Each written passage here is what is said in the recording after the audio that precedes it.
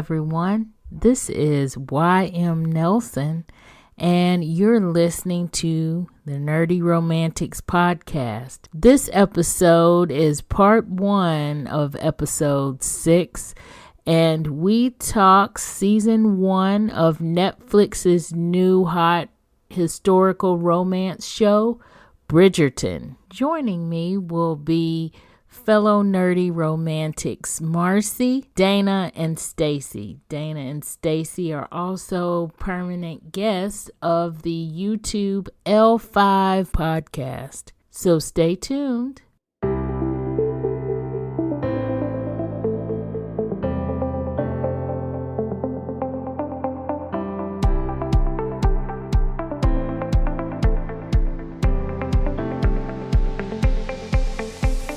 All right, everyone, we are back with our Bridgerton Nerdy Romantics chat panel. We have Marcy, who's new to us, and Dana and Stacy.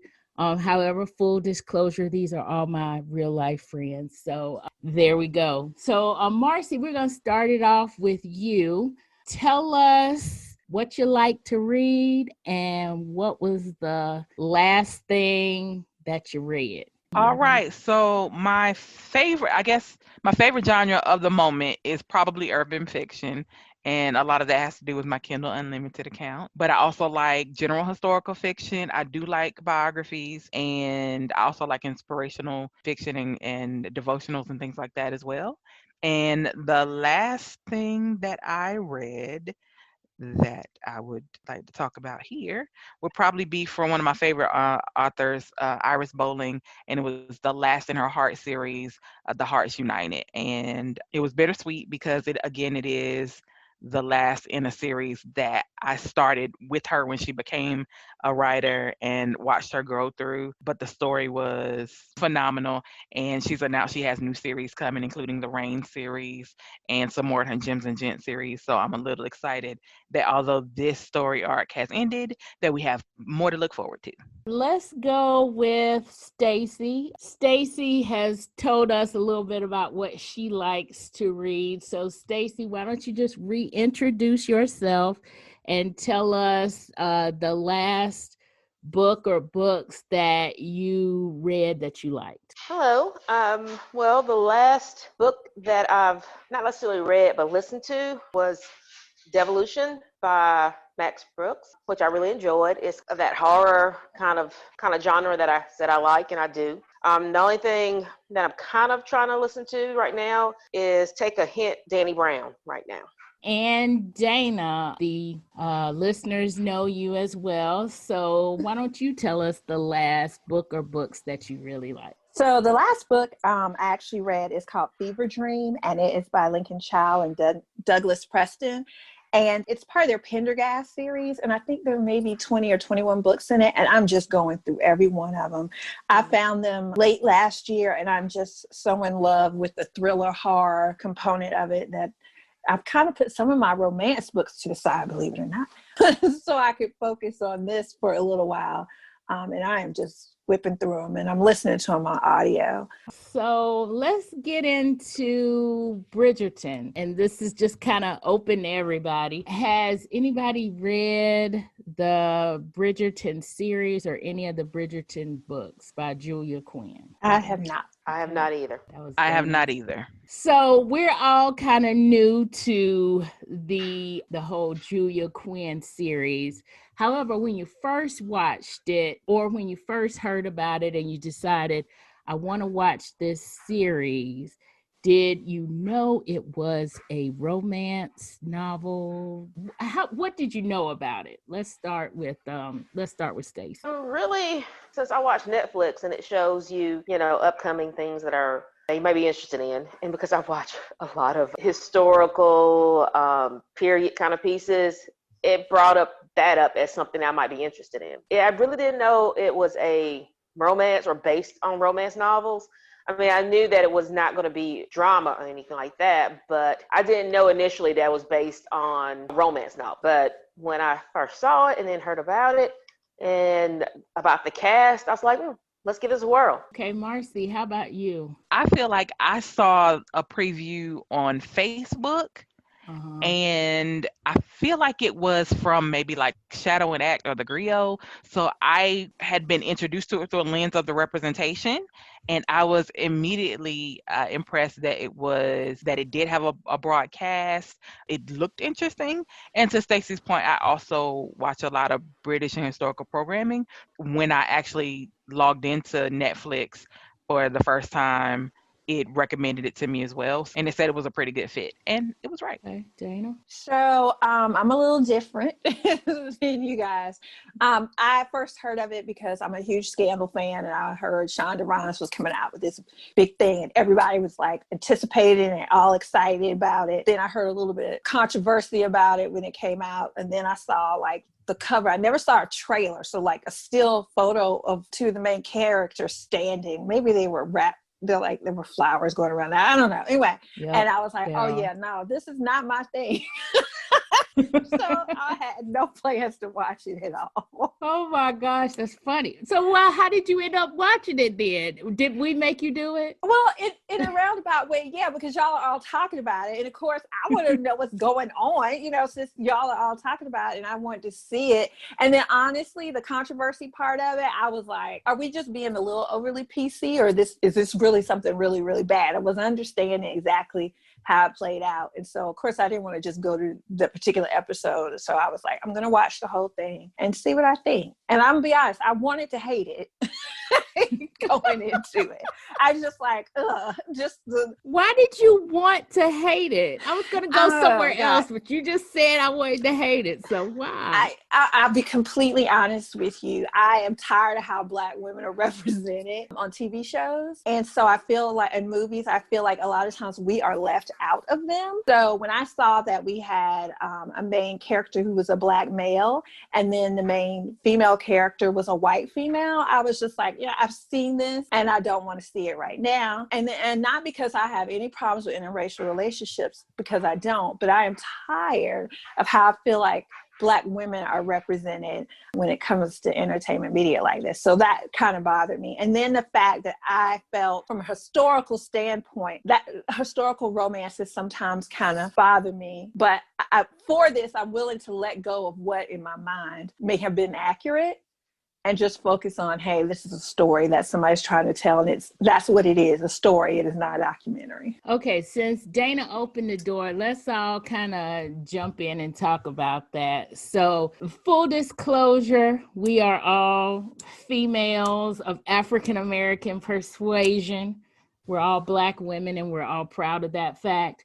Since, Marcy mentioned representation, and also we mentioned a little bit about historical. Let's talk about the representation of this. Did we think when we're watching it, wow, this is not historically accurate? Were we thinking, well, there's a lot of talk out there anyway about this. What were we thinking? Let's just go with that. What were we thinking about the casting and about the representation racially of the cast? Yeah, I was just going to say, I'll just kind of go back on what I was saying a second ago, is that, first of all, those opinions I just shared were before I saw the show. So that's what I was thinking about when I heard about it and what I saw. Okay. So after watching the show, I realized that there were Black female characters in there that I felt were very, very strong.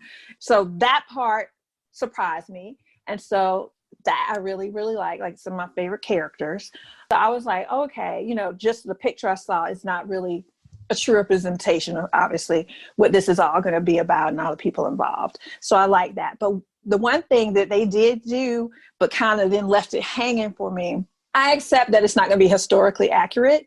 I don't want to see it. Honestly, I'm not sure I'd really be interested in it if it was historically accurate. Again, like I said earlier, this isn't a documentary. It's supposed to be like fantasy, entertainment. So that didn't bother me, except that they mentioned some racism issues and then never addressed it again. So at one point, the Duke is talking about how the only reason that these people are accepting to Black people is because the Queen, I guess, is biracial. It's brought up and it's kind of like understood, yeah, that's the only reason they accept us as Black people. and never brought up again as any type of issue among anybody whatsoever. And then he marries a white lady. So it's like, let's just not talk about it at all, because then we're just keeping the fantasy. Let's go with it. But then you brought it up, and now I'm like, well, now you got to address it. You know, it's not, to me, if you thought they were racist before, let's say, they're still racist. Like, that does not change how they feel about you. They're just accepting you because, hey, the queen is this way, so we don't have a choice. Because we can clearly see that the queen is very demanding. And if you were to be improper and not accept somebody, she would have fit. I kind of was like turned off by that just a little bit. I do wish, honestly, we had just left that out. Well, I think they kind of put that in as a filler for people who wanted an explanation, but I didn't think that was needed either. When that one little part about he fell in love with one of us and that's how we're here. And it was just, you could have left it out. And maybe it's because, when I started watching it, I didn't really have any expectations because never read the novels. I didn't see it through, how Marcy said that she saw a little preview of it through Shadow and Act. I just saw, it's on my Netflix. Let me start watching it. And then when I started watching, it's like, oh, we've got a black dude. That's not really what it is. But you know what? I'm liking it because, it's the holiday season and I want something nice, easy, breezy to watch. And I was watching the whole time, not really so much caring that how Black people came into high society and royalty and all that. And then they show about Queen Charlotte. I knew a little bit about that history in real life, in that history. But seeing that, and they had to do that little explanation, it's like, you didn't need to do it, at least not for me. Now, there might be a group of people who's like, I need to know how they have Black people here because I just don't like how that is. And it's like, if that person wanted to know, had a reason of how Black people came in there, that one little blurb was not going to make them feel better because it was not enough to explain how all of society changed from one marriage. And I agree with Dana on that the king marrying Queen Charlotte and she's Black or mixed, or I'm not sure if they actually said either way, but marrying her and that somehow that racism disappeared. It's like, that doesn't really happen. I think they knew that somebody or some people would be saying, well, how did this happen?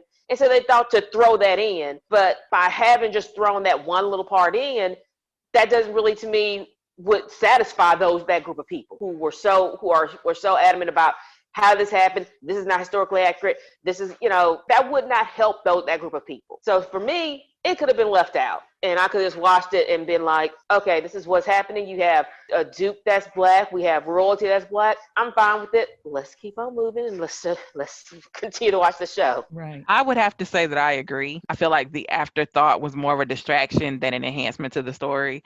I was pleasantly surprised by the diversity. And I think that for me, that was enough. I wasn't necessarily expecting historical accuracy because even in quote unquote historical fiction, there are always allowances taken. So I just considered this another allowance and was moving forward into the story itself and the characters themselves. And I didn't need the explanation. And I do think that it didn't appease the people that needed it because it wasn't quite full enough. And then I think for those of us who didn't need it, I think it just provided a distraction from the story. I was glad to just see full characters of all types and all body shapes and all sizes. And for me, it was more of immersing myself in that world. And I didn't need any explanation about why any of the characters existed in that world because I was willing to follow the story. Right. The historically accurate to me part was probably the Queen Charlotte and King George, that whole thing. And I think when you put that in and then you put the explanation in, then it kind of throws everything off because that's not exactly how it happened, right? It wasn't just, Queen Charlotte, King George, and all of a sudden everybody became that's not how it actually happened. So to me, I think that's where it threw things off for me. And it also kind of devalues the whole fact that we know that Queen Charlotte is of mixed heritage or, whatever they wanted to call it back in the day. So Dana did mention, the whole Shonda Rhimes thing. So that's kind of, to me, also where a little bit of the explanation comes in for the casting for me. And I don't think everybody necessarily knew that this was a Shonda Rhimes vehicle, or who Shonda Rhimes is, maybe. You know, as a fan of her work, I know that she's really big into diverse casting. And not having read the novels, I know that necessarily these characters in the novels, they're not diverse in the novels, obviously, but the fact that the author she kind of signed off on that. I'm like, okay, we don't need this explanation. We can move on with this. But yeah, when you give that explanation, it just kind of brings that up. But I will piggyback on the fact that having some great representation, I believe her name is Lady, having some Danbury? Danbury. Okay. Having, you know, some representation that's like upstanding and having different representation for Black females. I just love that. I'm all for that. The other big thing or big controversy about this whole show is the sex. Again, I haven't read the novels, but I have heard about the level of sex or kind of sex or type of sex in the novels. And I'm trying to figure out why there's so much controversy about it, specifically about the scene, right? And we all know the scene, you know, she kind of tries to force conception on him or whatever, tries to get herself pregnant or whatever. And there's a lot of controversy there about that being like a rape scene. Why is that in there? I've heard in the book it's actually worse than that. So there's that. What are we thinking about the sex in this particular series? Aside from the bedroom scene, or the scene for a second, I thought the sex was hot.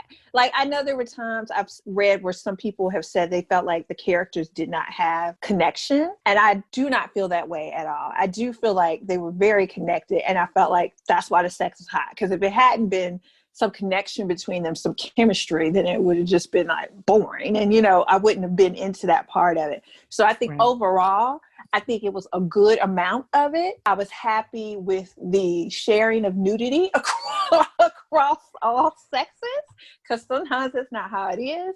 Yes. So just in general, I thought it was good. I was there for it, no problems. In terms of the scene, I'm not in the book.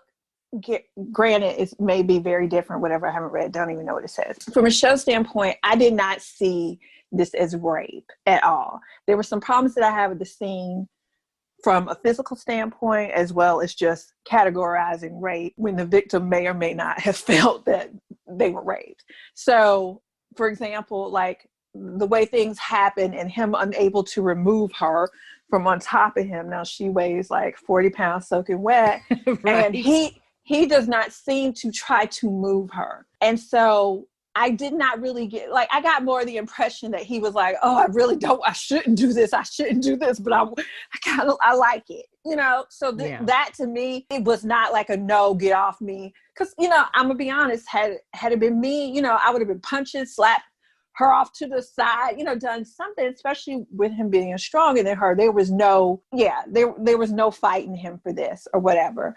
And I know Stacey will probably talk about the betrayal, which I agree with too, but I'll let her do that. But then the other part to that is I did not get the impression that he felt he was raped. He may have been mad that they might have a baby, but there was no feeling towards me that he didn't feel that. And so if the quote unquote victim does not take it that way, I have a hard time then putting that label on their sexual, whatever they are choosing to do. People do all kinds of things behind closed doors. I don't feel like I have the right to label it.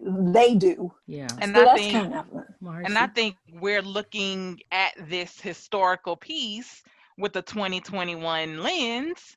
And I think that also provides people with some of the reasons for some of the feedback. I mean, when you look at those types of sex scenes versus what we see today, then I do think the lens is different. But if you look at it in terms of the time, I think it was appropriate in what we saw depicted, and to Dana's point, in the level of passion and all of that, because I think our expectations of a scene today are very much different, but we also would have had a Daphne who would have a whole different level of information than she had at the time. I think they both would. So I think you can't expect a scene written in a historical novel to look like a scene that would have occurred in 2021. We have to be aware of throwing around any label up to and including rape, because I think it's important to understand all of the factors that go into that. And while I do think that they had different opinions on how things ended, I agree with Dana to some degree that he was physically able to change that scenario as he had many times before. And so I think that if you look at their past interactions, you would see that he clearly had that ability to change that if he had so chosen. And I think that we have to keep that in mind. But I agree also with Dana that I felt like they had a connection. I felt like they had a passionate relationship, and I thought that it was it was well done. I think all of the scenes across all of the actors were well done. I agree also that I was glad to see that there was more nudity and more bodily exposure of both genders, because I agree a lot of times that females are largely displayed far more than men. And in this case, I felt like it was much more evenly dispersed. And I am glad to know from a 21st century lens that the actresses themselves felt like the intimacy coordinators were there to help them feel comfortable in those experiences. So for me, I think it was well done. It didn't detract from the story. It was appropriately displayed, and it's a romance. You like to know that people have a vibe, and it was nice to see the vibe. Stacey, any opinions on it? Well, I mean, I have to agree with both Marcy and Dana in that I felt that they did have a connection. It looked like it. I felt it. It was really, the scenes were tastefully done. So I really agree on that sense. When I read certain things after watching the show about, I don't feel there's a connection, but they didn't have enough of this or that. It's like the whole story is not just about those two people. Because some people were talking about there's not enough foreplay, there's not enough this, or there was not enough that. They are part of the story and they're the key characters, but there were also other storylines within that. So we can't spend our whole entire time on this one couple. Yeah. But I did feel that they did have chemistry. Now, on the scene that they're talking about, the scene, which I didn't really think it was the scene until someone sent to me. I know, right? On Facebook and you know, and all those little blurbs and blogs about it. And maybe part of it, I hate to say, maybe I've been a little bit desensitized from some of those romance novels we've been reading. So maybe, yes. Maybe that's it. And I because I didn't feel it was necessarily rape. I was trying to think of the best way to describe that as more like forced parentage. I just don't. I'm not what can you say?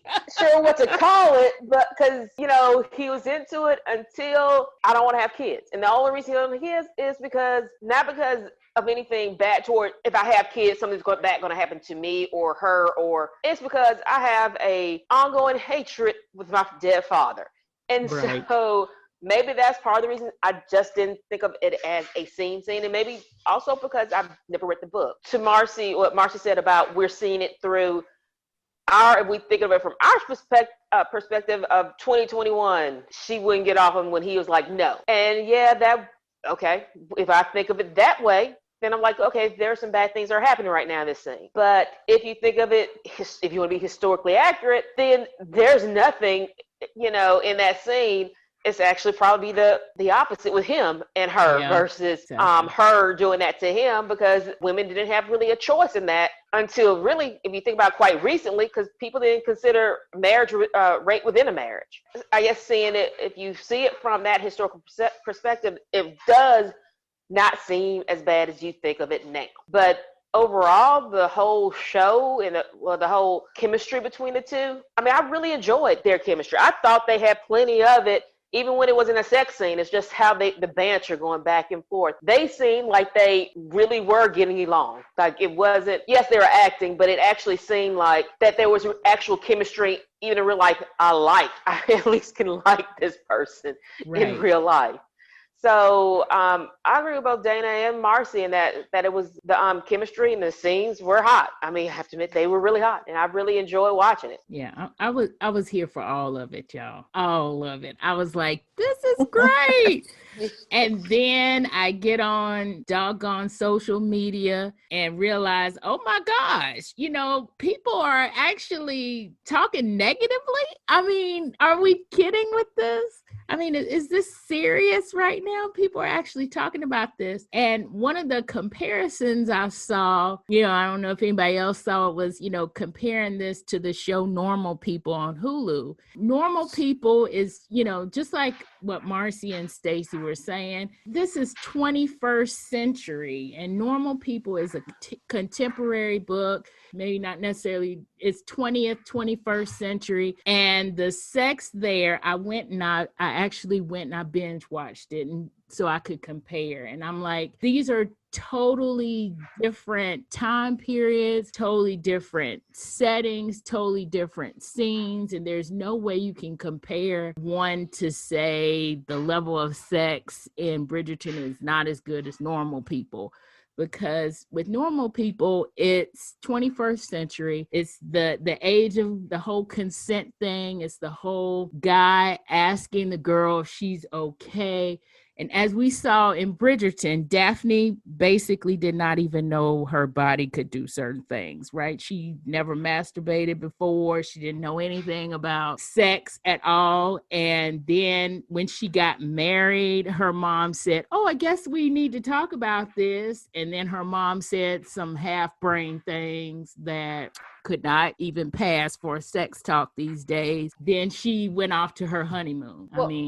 Yeah, Stacey. Well, I read the same thing, and somebody compared the sex scenes of Bridgerton to Normal People, and so I watched it on Hulu. Haven't seen all of it because they were sad. They're really sad, and I just couldn't do it anymore. Oh, but gosh. I mean, what I mean by sad, the relationship is really intense and sometimes to me kind of depressing. But their whole that whole thing about them is the whole show is about their relationship and how they work together, and it's about them. While in Bridgerton, yes, it is the Duke and Daphne. I mean, it's about them, but you have all these other things that are going on. You're talking about, Daphne's brothers, and then all three of them had their own kind of little subplots and sub-storylines. And then you have, Lady, the gossip column. I mean, there was a whole lot of different things going on. Lady Whistledown.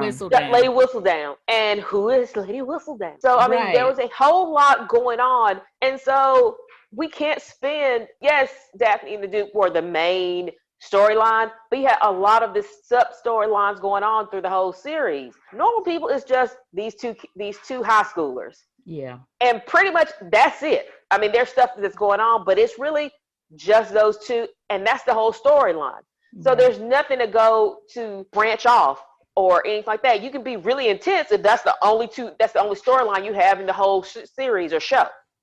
Right. And not only that, but again, I feel like you're comparing what sex and intimacy would be like in 2021 to what it would have been like when that book was written. That's not a fair comparison.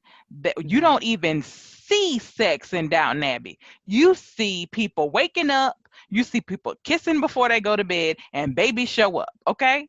You don't even see intimacy in that lens. So I think, and the intimacy you do see is a lot of glancing and passing touches and that kind of thing. I think you have to keep that in mind as you're watching this, that you're viewing the intimacy in the whole microcosm of when it would have happened. And that kind of intimacy would have been different than what we expect in 2021, where PDA is rampant and where women are showing all of their body parts and where there are two schools of thought of either free love or every step needs consent. But neither one of those was prevalent at this time, and we have to keep that in mind as we watch. I mean, you definitely have to keep it in mind because remember, she couldn't really even taking off her glove was a big thing to touch a man, right? True. Yes. Showing that ankle. So, right. And so scene where, Daphne and Simon, they're, at the art show or whatever, and he kind of halfway touches her hand. I mean, if somebody had actually seen that, that would have been a big deal. I mean, the whole reason why she's getting into this whole marriage thing is because somebody saw them kissing. Oh my God, scandal. Somebody saw them kissing. So, I mean, And I don't think they even saw them kissing. They went to the garden and they came back. And not even sure it was they actually saw them kissing. It was you into the darkened garden without a chaperone. My goodness. Exactly. Exactly. But yeah, I mean, romance novel, the sex, we're all here for it. Great. So let's kind of wrap this up a little bit. Even though this is a TV show and we're not talking about the series of books by Julia Quinn, we're really talking about this TV show. We're going to do a Goodreads rating. 1 star is I did not like it. 2 stars, it was okay. 3 stars, I liked it. 4 stars, I really liked it. And 5 stars, it was amazing. So what would you rate it star-wise? What did you like that maybe we hadn't really even talked about yet? How about we start with Dana, just because she's on mute. So I am going to, y'all aren't going to believe this, but I'm going to give it 3 stars. Right. I mean, I liked it. You liked it. I hate it. I did want to hate it, and I also know that when they come out with the other 1,700 seasons of it, I'll probably watch all of them because I have to. Like, definitely, it was one of those can't judge a book by its cover deals. I didn't hate it, and I mean, I found quite a bit of enjoyable. Especially, there are some characters that I just want to know more about and that I really, really love. And Lady Danbury is definitely one of those. She should have like her own season. I don't think that's how it goes, but that would, So yes, I would give it a 3. And what I guess in terms of what I liked that we didn't really talk about, and we talked about it a little bit, but there were just some characters that I think stood out for me. And another one of them besides Lady Danbury. Yeah, and I'm sorry, she's one of the sisters. I can never think of her name, but she's the one who looks like her story might be next. I'm not sure because I don't know if it's her or the redhead girl. The one who she's a sister, and I believe her she name is Eloise. Yes, Eloise. Thank you. Okay. I love her character. She had me rolling. I love her. She's feisty. So I'm actually excited to see how her story kind of goes because, I always say, I think I was born in the right time period. Like, I don't think I would have fared well back then, but I think she's a little bit more forward thinking. And so I'm excited to kind of see how her story plays out. Like I said, there's some characters that weren't focused on as much. I mean, they were there, but not necessarily that I think actually shown brighter than maybe some of the ones they probably expect. Marcy, rating wise, I would have given it, I don't know, 4.8 stars. Right. I loved it. It was perfect viewing, perfect fare for a holiday season where, I had downtime. I almost binged it. I had to split it up though, because I started too late in the day. But yeah, I loved it. I've watched it. I've started watching it again. 4.8 stars. I stand behind it. All right. Stacy, what's your rating? I would give it 4 stars. 5 stars for me is if I'm willing to see it. I'll watch it again. The only way I'll probably see it again is when the next season is supposed to come out, and I might try to refresh my memory. Yeah. I really enjoyed it watching that time. I don't see myself really watching it that one season again just because. That's why I'm giving it 4 stars. But I really enjoyed it when I saw it. I just really enjoyed it. It was a good, all the subplots and the sub storylines, which we didn't talk about, which I would like to really talk about. But well, talk to us about it then. Let's talk about it. Okay. Well, some of the things is like, was it Featherington who lived next door to across the street? Oh yes, Featheringtons.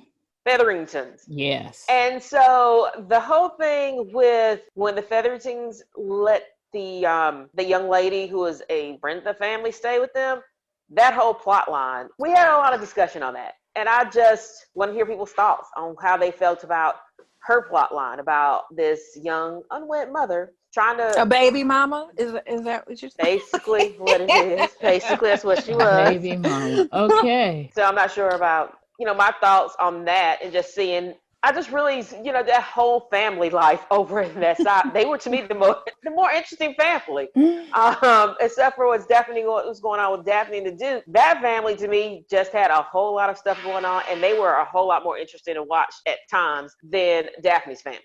Our discussion of Bridgerton continues on episode 6.2, where we talk about the Featheringtons, the baby mama, and some other maybe controversial things, but overall talk about what we really loved about this show.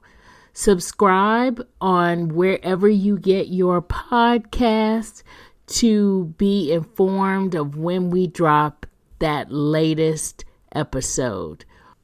Or catch up on episodes at ymnelson.com, where you can find all of our episodes, show notes, and book recommendations.